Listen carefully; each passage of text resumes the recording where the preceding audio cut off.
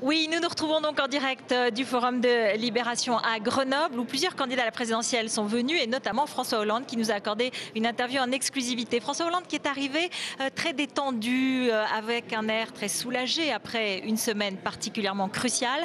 Une semaine dans laquelle il a, comme le disait Frédéric tout à l'heure, été un champion de l'audimat hier soir. Il était entouré de quelques élus, de quelques membres de son staff, mais apparemment pas trop entouré et pas trop encore avec la grosse tête. C'est en tout cas la question qu'on lui a posée. En revanche, pas de question sur l'Afghanistan. On n'avait pas encore l'information donnée tout à l'heure par Nicolas Sarkozy du retrait anticipé des troupes en 2013. Mais pendant une rencontre avec des Grenoblois, François Hollande a évoqué le rendez-vous de Chicago du G20 s'il était élu. Et ce serait un rendez-vous en mai pendant lequel il avertirait les alliés du retour prochain des troupes d'Afghanistan. Et un retour qui prendrait, a-t-il dit, pour lui quelques mois, donc théoriquement fin 2012. Voilà François Hollande que j'ai rencontré assez brièvement, évidemment, dans les circonstances d'une candidature et d'un favori des sondages. Écoutez-les. À la fin d'une semaine qui semble une séquence favorable pour vous, est-ce que un des dangers qui vous guette, ce ne serait pas l'excès de confiance, l'arrogance? Non, nous ne sommes pas dans cet état d'esprit. D'abord parce qu'il y a encore 3 mois de campagne avant le premier tour.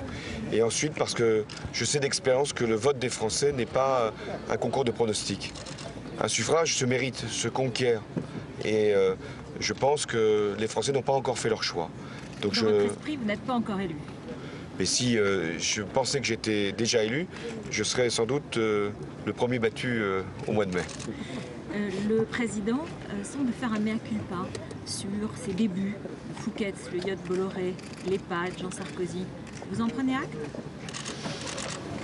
Vous savez, il n'est pas trop tard, au bout de 5 ans, pour constater que le chef de l'État a fait des erreurs. Si lui-même en vient à cette conclusion, je pense que les Français auront la même.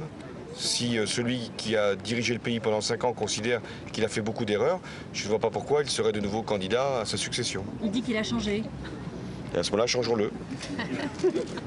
François Hollande, j'ai entendu, vous l'avez répété, la finance est votre adversaire, la finance est votre ami. Vous avez cité le général de Gaulle qui disait que l'argent était l'adversaire. Est-ce que ça veut dire que vous dites à la France de demain, si vous êtes élu, que chercher à gagner de l'argent, c'est immoral? Ah non, je ne dis pas cela. Ça fait partie de ce qu'est notre économie. Elle est fondée sur le marché.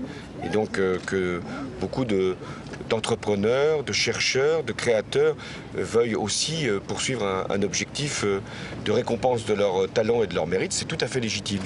Moi, je ne pense pas à cet argent-là. Je pense à l'argent qui spécule, à l'argent qui va chercher une rémunération simplement sur un placement et pas sur un effort productif. Je ne suis pas contre la finance. Il y a une finance qui est tout à fait précieuse, utile, celle qui permet de prêter aux entreprises ou d'accorder des crédits aux ménages pour qu'ils puissent acheter un logement ou faire un prêt à la consommation. Donc il y a une finance qui doit être encouragée, le système bancaire qui doit être conforté quand il est au service de l'économie, puis au contraire, une finance qui doit être maîtrisée, contrôlée lorsqu'elle ne sert qu'à une chose, c'est enrichir ceux qui le sont déjà. Vous avez dit, mon adversaire, mon ennemi, c'est la finance. Vous n'avez pas fait la distinction. Non, j'ai dit, mon adversaire, c'est le monde de la finance. C'est-à-dire ce monde qui essaye de décider à la place des acteurs politiques. Les banquiers ? Non, il ne s'agit pas des banquiers. Lorsque les banquiers font une activité de crédit, je l'ai dit, il faudra séparer d'ailleurs les opérations de crédit des opérations de spéculation. Donc nous avons besoin de la banque. Heureusement que la banque existe pour financer l'économie. En revanche, la spéculation, la rente, le fait que des capitaux se déplacent de place en place pour simplement déstabiliser des États. Rendez-vous compte que des banques puissent emprunter auprès de la Banque Centrale Européenne, mais que cette Banque Centrale Européenne ne puisse pas prêter aux États. Il y a là une différence de point de vue qui doit être contestée. Juste pour conclure, vous avez bavardé avec Alain Juppé après votre débat. Vous avez dit qui avait gagné, qui avait perdu ? Non, je ne suis pas sûr que nous étions les mieux placés l'un comme l'autre pour décider du vainqueur. Nous aurions peut-être été en désaccord sur cette conclusion. Mais je ne l'ai pas revu puisque l'émission continuait et lui est rentré. Comment il vous a semblé? Comment vous avez eu le sentiment que ce camp-là, la majorité, se sentait aujourd'hui?